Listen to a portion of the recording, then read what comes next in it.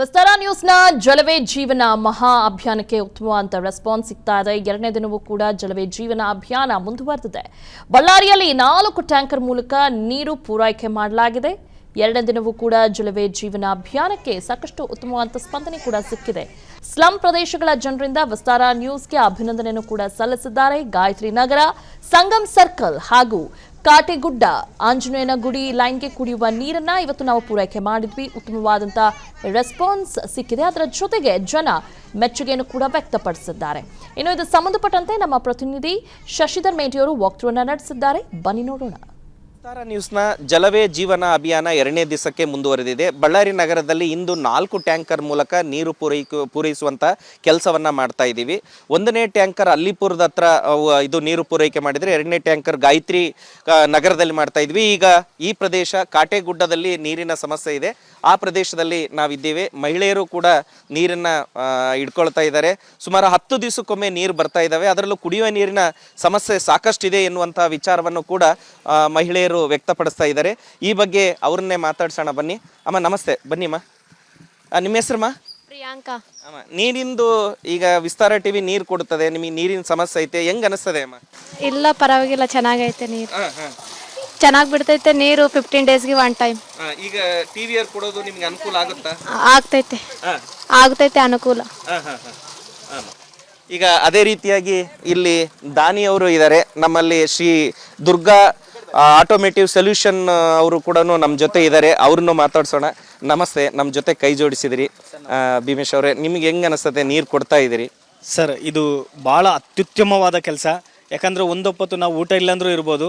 ನೀರಿಂದು ಕರ್ನಾಟಕದಾದ್ಯಂತ ತುಂಬ ಅಭಾವವಿದೆ. ತಾವು ಭಾಳ ಒಳ್ಳೆ ಕಾರ್ಯಕ್ರಮ ನಡೆಸಿಕೊಡ್ತಾ ಇದ್ದೀರಿ. ಯಾಕಂದರೆ ಬೇರೆ ಈಗ ಮಾಧ್ಯಮ ಅಂದರೆ ಎಲ್ಲರಿಗೇನಾಗಿದೆ, ಯಾವುದೋ ರಾಜಕೀಯ ಸುದ್ದಿ ಅಥವಾ ಬೇರೆ ಸುದ್ದಿಗಳು ಅವೆಲ್ಲ ಬರ್ತಾ ಇದೆ. ಆದರೆ ಈ ಸೇವೆ ಮನೋಭಾವನೆಯಿಂದ ನೀವು ಬಂದಿರಲ್ಲ, ಇದು ಭಾಳ ದೊಡ್ಡ ಕಾರ್ಯಕ್ರಮ ಸರ್.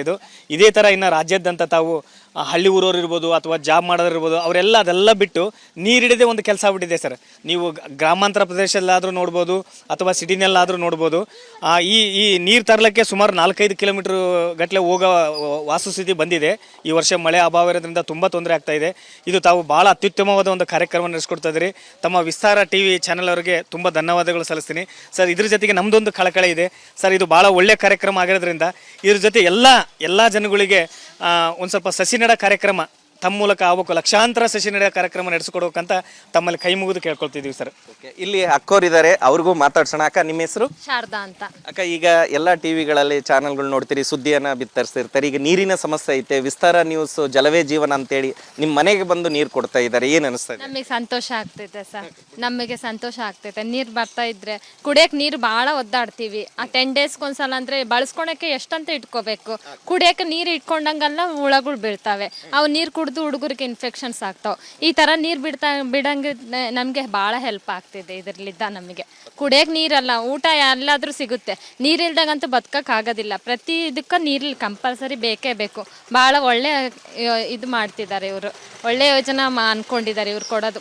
ಇನ್ನು ಇವಾಗೆ ಸ್ಟಾರ್ಟಿಂಗ್ ಇಷ್ಟು ನೀರಿಂದ ಇದೈತೆ, ಇನ್ನು ಬರ್ತಾ ಇನ್ನೂ ಜಾಸ್ತಿ ಆಗುತ್ತೆ. ಅವಾಗಗಳು ಹಿಂಗೆ ಮಾಡ್ತಿರ್ಲಿ ಅಂತೇಳಿ ಕೇಳ್ತಿದ್ದೀನಿ.